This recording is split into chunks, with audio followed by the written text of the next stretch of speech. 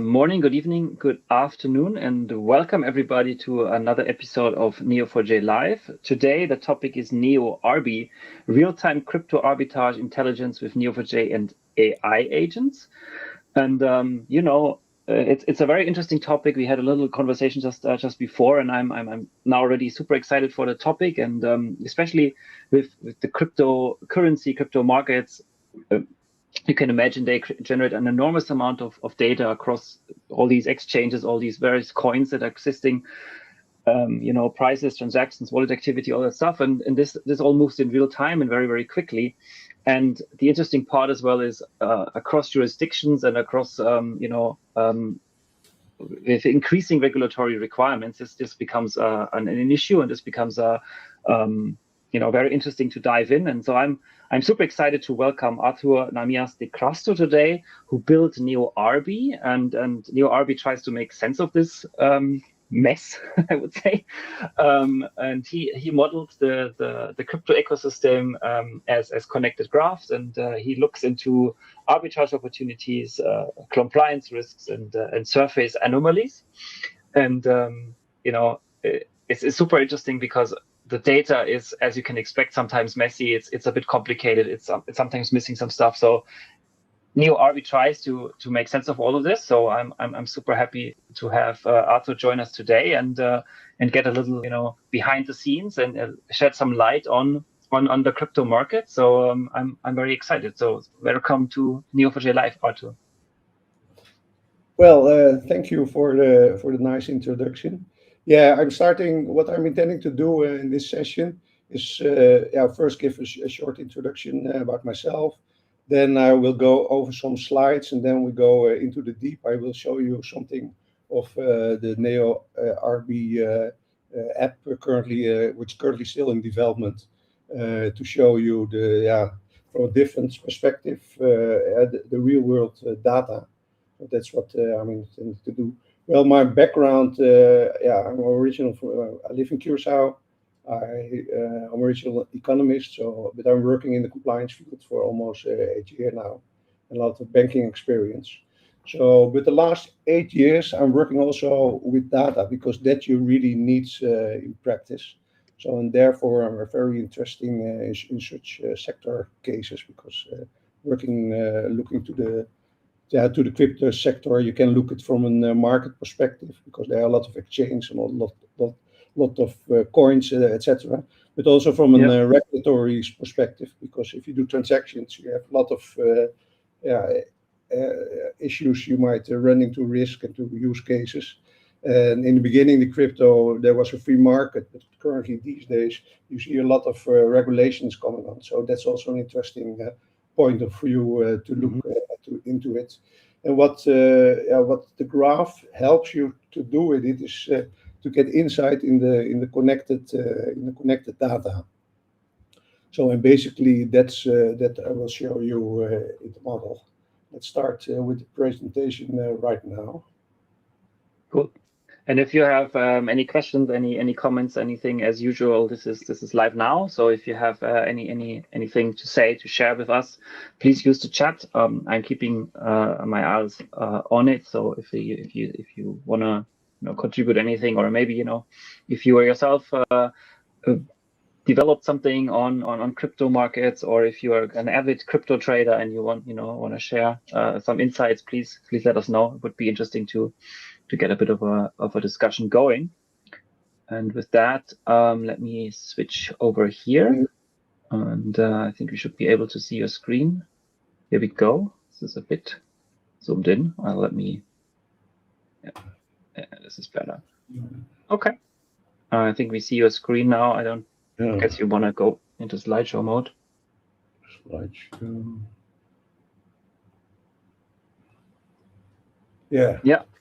Yeah, this is perfect. See the normal thing. So NeoArbi is really an intelligence platform in which what I said, my intention is to collect data from all the worldwide exchange. There are a lot of data providers, so I use a lot of pipelines. For example, you can use CoinGecko, that's paid and a free version, but you can also use the API from the exchanges directly. in order to collect data about market data. So that's about prices of certain cryptos. In order to look to download that and to see looking for optimal price hopping, optimal arbitrage path. For example, so if you buy, for example, you start with 100 USD, you do different hops. So you sell those 100 USD for another currency, and then you buy another currency, and in the end, you end with the dollars. And if you do it nice, you have a little bit more dollars than you started with. That's basically the simple model. And therefore, you need live data, because if you have a graph, you can find the optimal path. So basically, that's one thing of the NeoArbi. I use for it agents, so that's also interesting these days. So who will assist you, and it provides live opportunities. So what I said, you have an arbitrage intelligence model giving you real trade intelligence about what is the best path or optimal path. But in addition to that, and that was because I started with the arbitrage intelligence, but that's with an interesting and free market. But these days you have a lot of regulations coming on. So what I did, I also add the regulatory intelligence as well as the blockchain forensics. Because regulatory intelligence, you are not allowed to if you want to execute, for example, in a market opportunity, certain jurisdictions don't allow you to do some trades. So therefore, it is interesting to add to the graph information about which jurisdictions are allowed, which exchange, what are the regulations on it, so that you have the full picture. Well, I have a profitable path, but can I also execute it? And are there certain risks to execution of that path? So that's one point with the regulatory view. Another interesting point, and that's from an exchange perspective, is the blockchain forensics. So you can also look to that case. If you, for example, you're working with crypto data, you have a lot of transactions.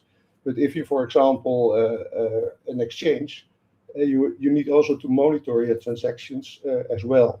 So therefore, because you have data about crypto industry in general and about the exchanges, it also I decided to add blockchain forensics to it, meaning that what it does, but in principle, the application, I collect all the blockchains information, and then the cases which are currently there, load them into the graph, and then you can see, for example, if you have a case, interesting, you read the case about a certain penalty, and you see the persons and the crypto addresses. But you need to understand, hey, I wish to understand the full structure of the transaction.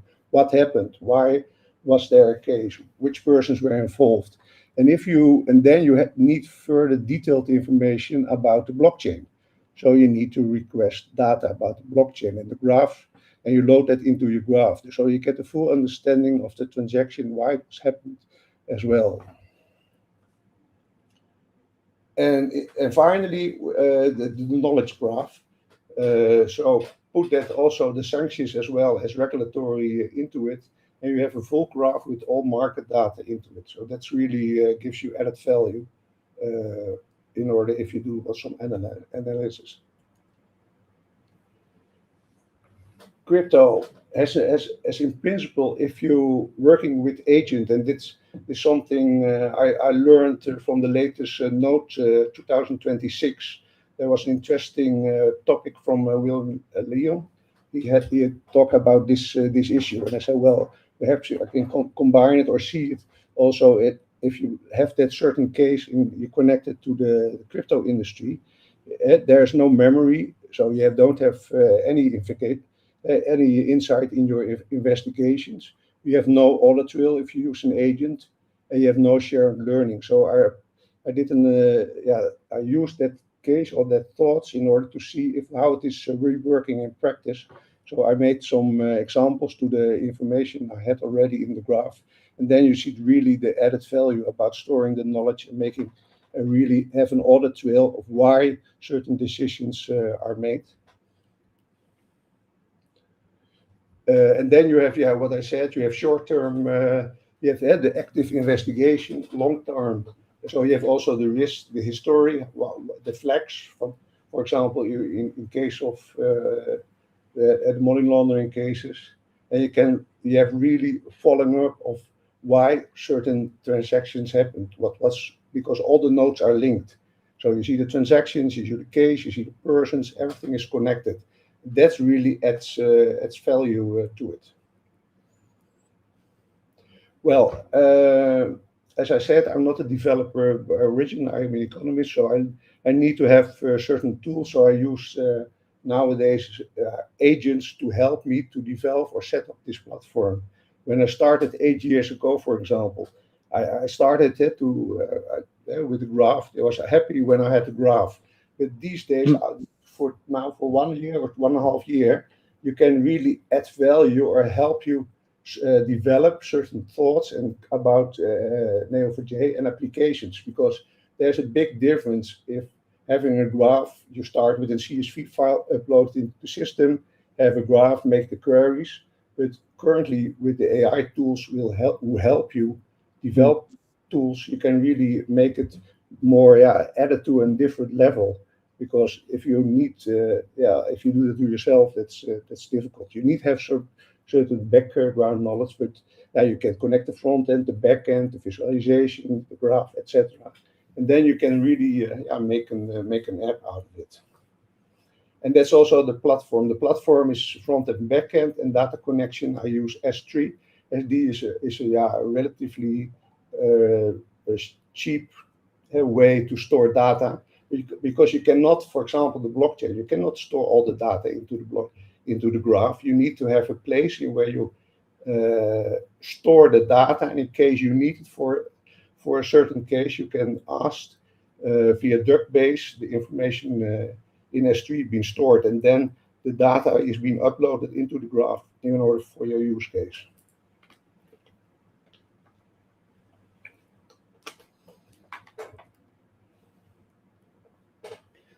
Well, what I said, I have included fraud detection. So you can have wallet clustering, sanctions. I've also added sanctions databases to it, because if you have, for example, an OFAC hit, normally in the past you said names and entity and vessels, but nowadays, and that's more, you see also crypto addresses, wallet addresses as well. So therefore, it is interesting if you do a screening, or if you want to understand the case, that you can connect that wallet address into your graph to the real case and to the connected transactions being available in the blockchain. So it gives you really insight into it. Yeah, with regard to the compliance issue, for example, the FATF travel rule, that's the $100 threshold. There's certain regulations. If you want to do arbitrage, you cannot move funds freely from one exchange to another exchange. So that's also interesting if you provide arbitrage intelligence to take those regulations into account. Well, currently in the graph, we have live arbitrage intelligence. We have the 2-hop arbitrage, the 3-hop, and the 4-hop arbitrage. So interesting with arbitrage is you start with the same currency and you end with the same currency. Thus, in principle, you don't have any risk. What you're making use from price difference, and of course, you have certain costs. But it gives you insight in certain profitable transactions. Okay, cool. Yeah, then this is how you get rich. Yeah, but it is always, you have to be quick, and but it says something about opportunities, and there's a lot of opportunities as well. But nowadays, I believe because due to the regulations and the way you cannot move crypto transactions freely, it takes a lot of time. So on one hand, it provides profit opportunities, but in real world, I think the opportunities are lesser than sometimes being shown. Mm-hmm. With regard to the enforcement cases, that's really interesting. I did not have all ready, but I started with some huge ones. And then interesting, if you read an article, yeah, you see the case, and then you see the currencies. But then, because I work in compliance function, I'm interested in to see what was going on, what went wrong, and how can you detect that. And therefore, you need the transactions, and therefore you go into the blockchain. You cannot do that with Excel. That's a lot of work and not manageable. So therefore, you need a graph. So I thought, well, let's add it to the graph. And that's in principle also with the exchanges OCN profile that provide tools about certain data sources. That was recently, I think 3 weeks ago, I read an article about that. And that's intrinsical because if you work with data, you have, of course, an important aspect is the visualization, but more importantly is the data source. So, and there's also what I was not struggling, but taking a lot of time. You have to collect the data, and it has to be with pipelines. It has to be manageable. It has to be payable because otherwise data is expensive. Storage from data is expensive. So, you need to have it quickly as well. And of course, having data and having insight in data provides you with a competitive advantage. So you can buy, of course, all data, but you can also look to ways to store it yourself in a cheap way, and then use it or reuse it. The data and then the connections to it. So if you have the data is just data. But if you have insight and connections with that data, and then it provides really added value. And if it can be a crypto sector, but it can also be another sector as well. Well, another interesting point, I believe, is the global regulatory mapping, because there are a lot of regulations, and you see currently a lot of regulations are taking crypto into account. So the regulators are looking into it as well. And you see also clients or customers or banks or other financial institutions have problems because clients are using crypto. So companies taking those risks, regulators are looking into it. So traditional screening and insight is not working anymore. You see also financial institutions, normally you have a US dollar account or another account, but currently these days you see a lot of payment providers using a lot of cryptos related transactions. So there's really, so to say, a risk in the financial sector if you don't monitor that well. So therefore, I think global regulatory mapping provides also insight because there are a lot of regulators. It's also detailed. Sometimes because this crypto and this new, you need to understand also how crypto works, how transactions are structured. And if you see it, for some people, they understand it if you read it, but also sometimes you need to visualize it in order to see and to understand transaction flow and then connect it to the real persons. Live data pipeline, I talk about a little bit. So the exchange is an important pipeline. The different modules available. Bot intelligence and demo. I started developing just at a normal overview with pages and then table view, but I also included agents, MCP agents, in which they give certain tasks so they can really help me or the app to give certain questions and get the answer and have also the history about it, because you cannot provide everything in a page. So, and that's also perhaps if we go later into the app, it looks a little bit big currently. I intended to make it smaller because in fact you can have small pages and then use agent function and ask questions about certain detail information and then get the answer out of it, instead of using a table in which you can view it. So that's more a transition from a normal website with a lot of pages to a simple website in which you have an agent, you ask a question about a certain subject and you get an answer. So it is more tailor-made currently, and that's also, I think, a trend I have to include in this app as well. But in the end, because I love graphs, I need to have a visualization tool as well in the app, because I get the answer in text, but I also wish to see the visualization as well.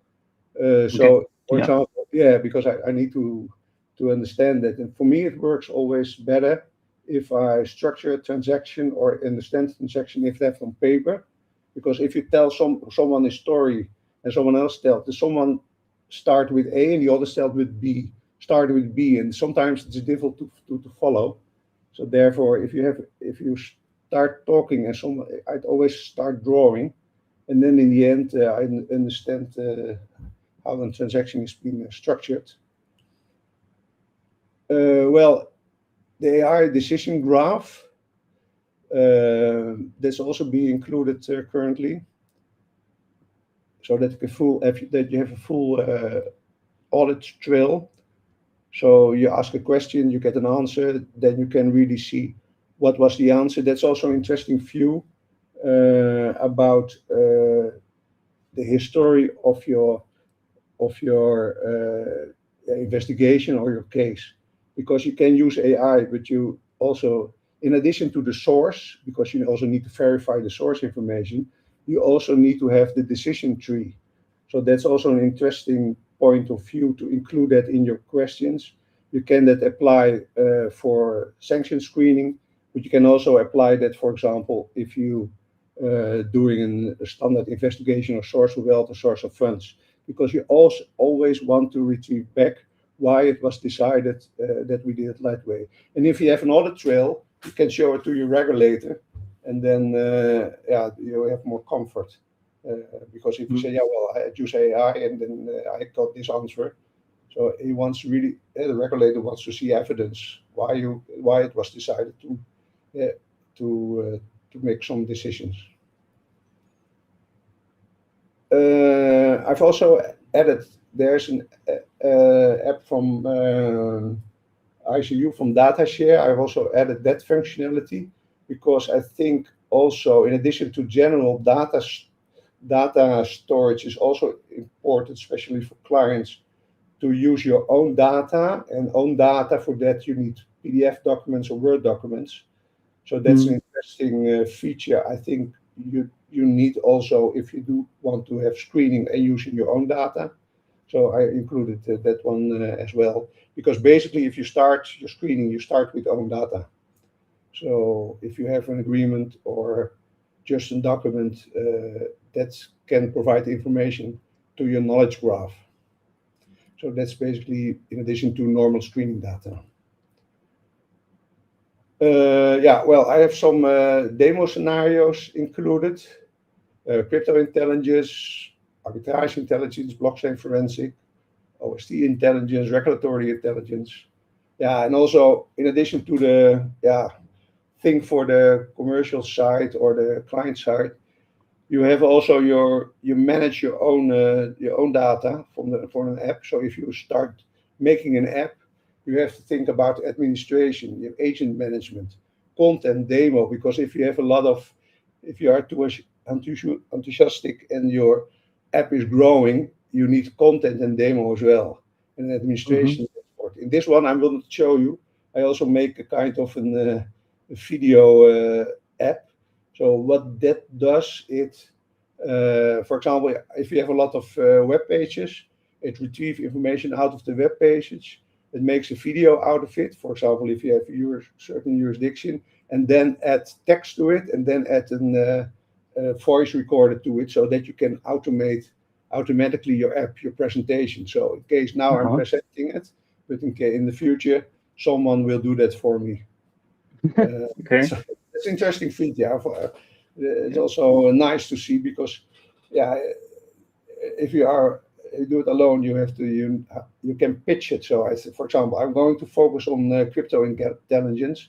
Now, make the presentation, make the app, have the text out of it, and then have a person who speaks perfectly English do that for me, and then it's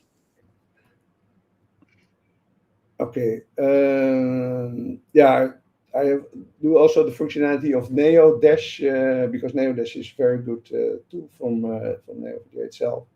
So I also use that into the app as well as a view, just for learning purposes and how to structure it. Yeah, and the crypto intelligence platform, OFAC entities are currently in it. Court cases, 37 billion agents, and 4 intelligence models. So basically, that's my presentation. I'm not sure it is in a nutshell, but it is more or less went over it. Okay, let's now go to the. Arthur, there's one question. Maybe we can quickly look into that. So that's been asked on YouTube. She asks, I hope I pronounce this right. They ask, trying to understand the infra. Do you have different agents connected to Neo4j where the info gets transformed into graphs? Yes. You don't have to do feature engineering or ML? Yeah, well, I have some. Well, the graphs the agents are in it. You can use. I did a test case where I used the agent of Neo4j itself. That's also in Aura. But in this case, I have the app made the agents themselves. So everything is in the app, and I use cloud to connect it. So the data is being stored in Neo4j, but the agent is just internal development. But I did some use cases last year in which I used also the agent of Aurora, and that's also perfectly working. But currently in this session, I started setting up the agents myself. Cool. Okay. Does that answer the question? I hope so. Let us know if not, then we can dive into it a little bit more. Yeah, I will. Because agents, they are interesting and new also, but so far it is working. But I used the model from Willem Leon in it, because he did a presentation about he set it up about short and long memory. I give some use cases, and Neo4j itself has also make some for some certain industries also a KYC case. So I use that case in order to set that up, because I cannot do that by myself. Of course, I need some guidelines to it. Yeah, definitely. You talk about the context graph piece that or the AI, the memory landscape that Will talked about. Correct. Yeah, because that's important. Because I started in October. I did also wanted also to have cases, but then sometimes the issue is the challenge with agents is the memory, because sometimes, and that's also if you work with some agents who help you developer. Sometimes you think that they know what you did, but they don't store the knowledge, so they don't reuse it. So that's principle one important learning point also from with regard to agents, is that you really control that they can reuse the knowledge so that they don't forget it, because that's a strong point. So if they recollect it, so if you have a history, and then it really adds value. Because sometimes you start, and that was the mistake I make in the beginning when I started developing this app. You ask a question, and then the next time you think he's doing it, he's going his own way, and then you forget what you said, or he was assuming that. So you really, it takes you a lot of time and headache. Therefore, I Yeah. use different agents now to control them because sometimes they're going their own way. Yeah, there is actually a follow-up question from on this for the agents. Question is, do you code the agents or use public scripts? Sorry? And do you use your own domain or for the final execution and log that? Yes, I use my own domain. Yeah. Yeah, okay. Yeah. So the agents are just in the code currently. But for developer, I use the cursor is a good one. Cloud gives you also a good help you also to develop. Because the nice thing about cloud is that you can connect it to the graph. Because if you work, for example, just for the development phase, and that's I think also interesting. For example, if you start building an app and you have client can also connect to Neo4j, and cursor can also not directly can look into your code and into the graph, but cloud can.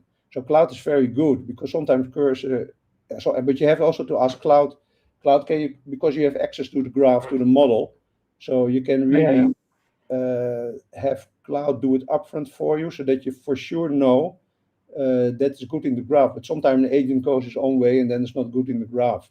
So you need really to control what the agent is doing, and therefore you need someone who has access, an agent in this case, to the graph, and then you can more structure it and go further. Because otherwise, you give him an instruction to do some things, and it was not thought about in the graph, and then you find out if it is being ready, and that's not what you want. So you need to have this. The cloud, for example, provides all the cyber questions. You can also ask for a prototype, so that you really can see, well, this will be it. It's working, and then you can give instruction to your agent to set it up, and then control it afterwards, and then you will get you have the first thing about an app. Are there any other questions? So far, no, but I think people are excited to see now how it looks like. Okay, let's then go to the app itself. Let me see.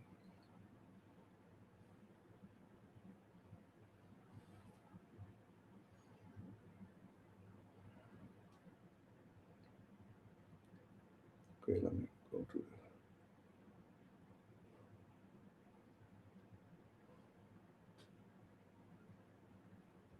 yeah.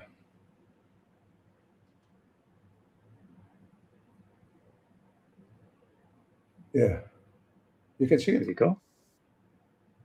Yeah. Here it comes. Yeah, here it is. Let me go to the. If it is, well, let's first close it in order to give the audience an overview about the content. So basically, we have they have the models: the arbitrage intelligence model, a crypto intelligence model, blockchain intelligence, and regulatory intelligence. Maybe Arbi is just combined those four together. Then I have an admin dashboard in order to monitor it. Content and demo is just to have an overview of all the pages and how the demo has been set up. Admin data in case you have clients, agent management, and pipeline monitoring, because there are a lot of pipelines going on, filling the data. So I also wish to have insight in that. Let's go to the tree hop arbitrage. Sometimes it takes a little bit longer, but that's the risk of presenting live. No, we appreciate that you're doing this live. So Yeah, let's hope the best AI and demo works yeah, well.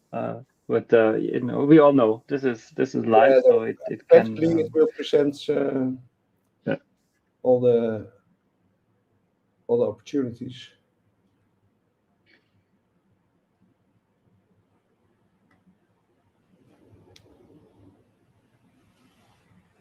Yeah, in the meantime, I will go and open the other menus.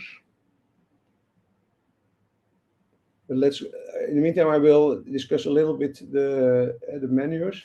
So you see the arbitrage views as well. There's also an arbitrage scanner in it. It's more or less just specific details. Here there are. So basically, what you see currently, all those exchanges and pathfinding. So basically, this is an example of an arbitrage. Start is 3-hop arbitrage. It is from Bybit. This is more or less the following exchange. You have the trading path. So you start with USD. This is another coin, BTC and USD. So you start with $100, and at the end of the trades, this is without any fees. You have additional an amount of money. But interesting is to see, of course, at the most optimal path. You can also click that for more details. Yeah. Okay. Meantime, I'm going further with my.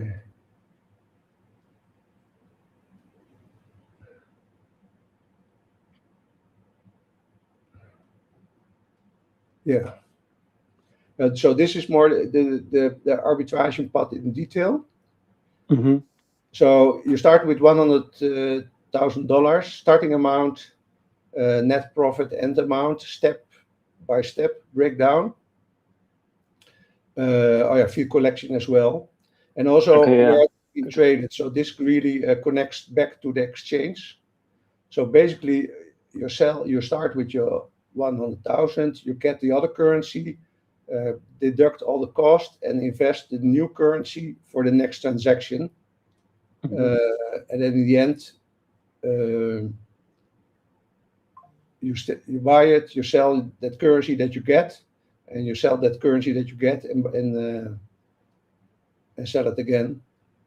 Okay. And then you can execute the trades with a link to the real stock exchange. Okay. Yeah. So basically, the setup of an arbitrage setup in Neo4j, in which it provides intelligence to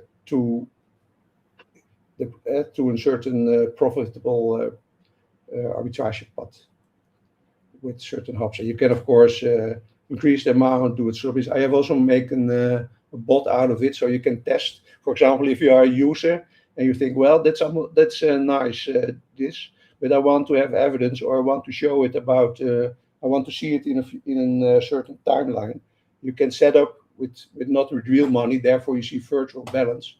You put it, for example, 100K from a virtual balance, so not real money, just for information purposes, and select 2 or 3 hubs, select the currency, etc., and then the bot is running, and you can look afterwards if it is making a profit or not. For the arbitrage intelligence, basically the most important thing, I think. Crypto intelligence is just market data. And you just pull that in just to monitor basically what's currently happening on the various crypto. Gainers and losers. It's not fully okay. yet. Yeah. By trust, or takes also time to fill in, but it provides intelligence as to the cryptocurrency itself. Cool. Okay, blockchain forensic. This is the basic about the blockchain itself.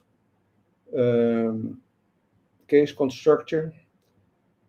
I will go further into the detail if I'm going to the agent as well, because then you see everything working. And the regulatory intelligence.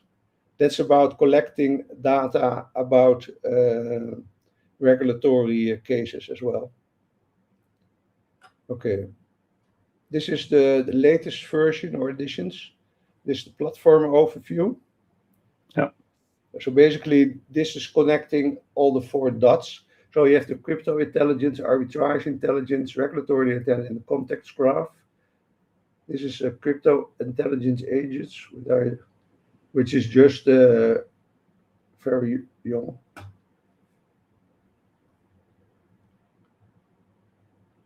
So basically, what it does, I have a demo and I have connected to the graph. So I hope that everything is working fine.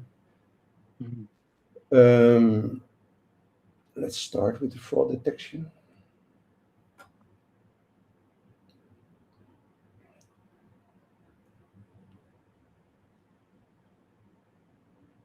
Agent is again thinking, but basically what it should do is collect, making use of an agent, and that those are those 24 MCP tools in it, and those tools provide questions or answers to that specific case.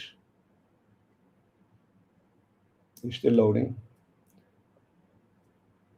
I hope that's working fine, because when I was doing it this morning, I had some issues with it. So let's go again. It should be working. Yeah. Let's give it a shot and see what it does. Eventually, it will be come back.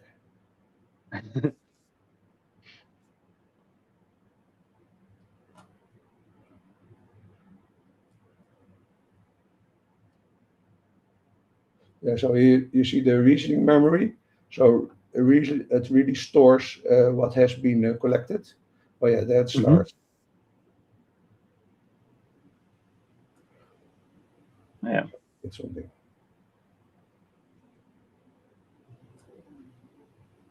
Yeah, basically, so it does a risk assessment, sanction status, and the key findings, and then make some recommendation out of it.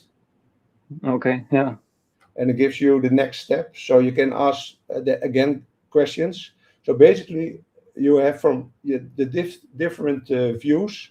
So you have your regulatory intelligence view, so you can ask. So principally, you only need an app, only you need a one-page app in which you have all your questions been stored, collected. So the left side is the menu. Then you have because as user, you have certain questions, and you have follow-up questions. So you ask a question. You need a dashboard about graph view, wallets, etc. And then you have your reasoning memory, and you need to print it out. That's in principle all you need.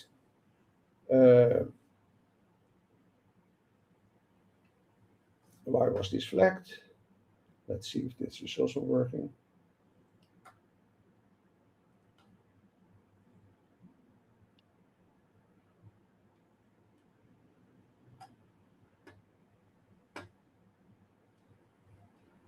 Well, it's very clever, very interesting. There's another question in the chat: how long it took you to have the whole thing created, and did it help you to become profitable?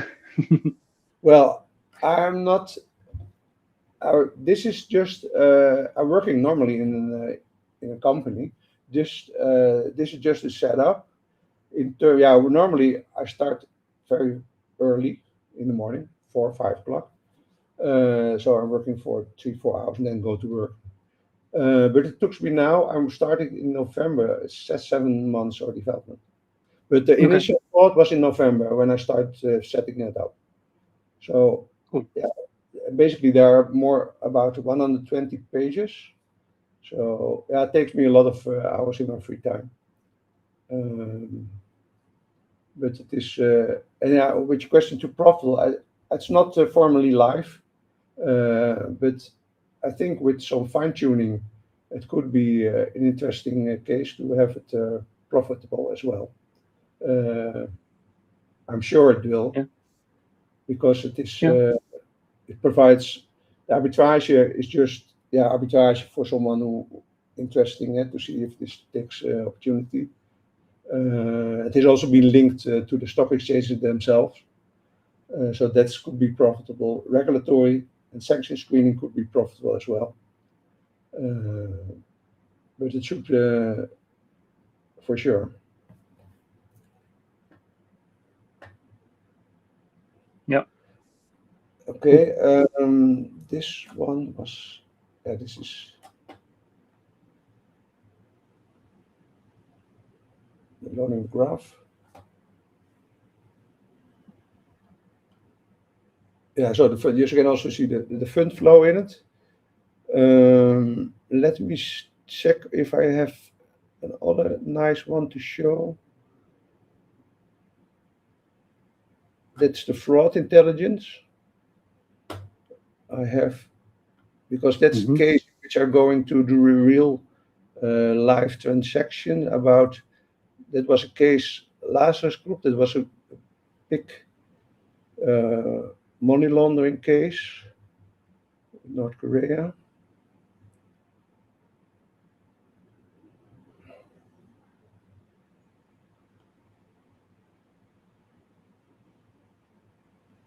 Yeah. So basically what's happening, that's what I just started. So basically this is the information you find normally in court data. But there was interesting and the key persons involved in that case. And then over here, you see the checking S3 blockchain. So what currently is happening behind the page is that the blockchain data being stored in S3 is being retrieved and loaded into the graph, so that you can really get a full picture. Yeah, at least that's the intention, and it should work. Otherwise, it takes a lot. It takes some time. Yeah, it's currently updating. Cool.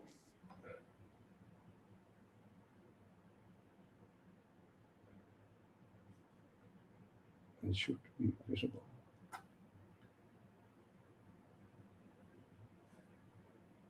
Yeah.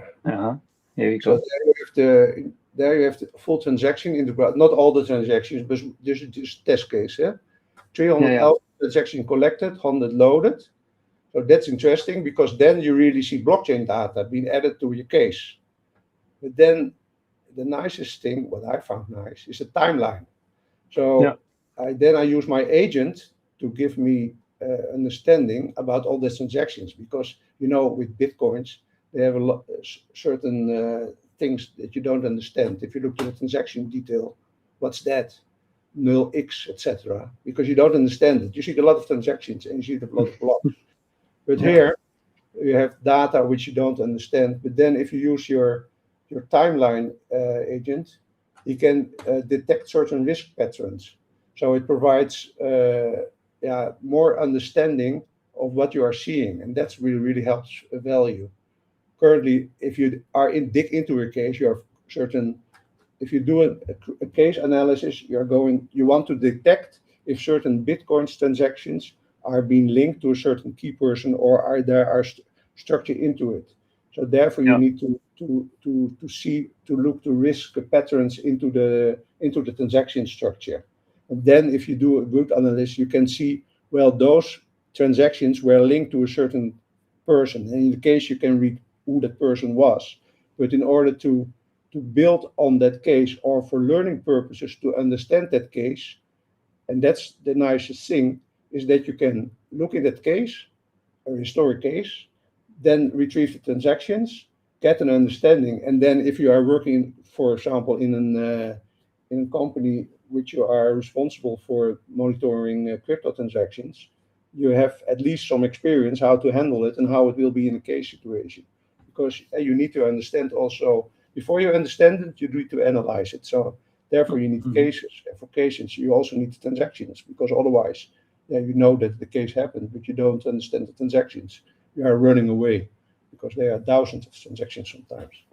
Okay, but that was more or less the latest feature being added to that blockchain intelligence, because that really provides insight in a big hack, provide insight into the graph itself, really structured data, and translate it into text. I think I've covered the most important things today. I have more bots and intelligent agent, but it's too much to cover that in one talk. For sure. No, I mean, this was very interesting. Thank you very much, Arthur, for the overview and for the demo. I think this is a great application. I hope when you publish it, or when there will be a version, maybe a Yeah, demo version or some sort, then please let me know. Then I can add it to the YouTube video description, and then people can I've can set up maybe. already this. There's already a website going on, but it's not just in the development phase. So, because I started in November, so the real version is not being published. I first Yeah, want to have perfect and everything working, and then yeah, sure I will publish it. But yeah. I'm in, I think 80-90% currently. Cool. No, let me know when it's published, and we can update this here in the YouTube video description, and then we can let everybody know that this is now live. Yeah. But yeah, this was very interesting. Again, thank you very much, Arthur, for presenting today and for showing off NeoArbi at the Neo4j live session. And yeah, before I let everybody go, I'd like to invite you to a next stream. That is, can you believe it, already in June? So we'll talk with Going Meta, Jesus and I, on the 2nd of June, episode 9 of the latest season. So I'm hoping to see you in 2 weeks' time for that one. Okay. And Arthur mentioned Nodes AI earlier this year. We are coming back with Nodes in November, and the call for papers is still open. So if you're interested in submitting a session, if you want to talk about graphs like Arthur showed today, then please submit to the call for papers. You have time until the 15th of June, so roughly another month from today on, and we'd love to hear from you.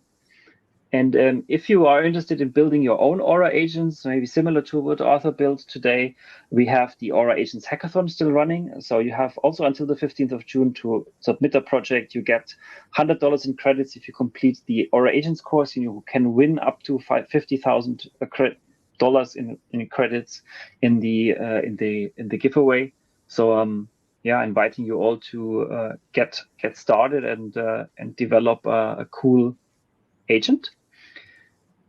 Graph Summits, let's skip those. And yeah, if you are interested in learning more, then Graph Academy is the place to go.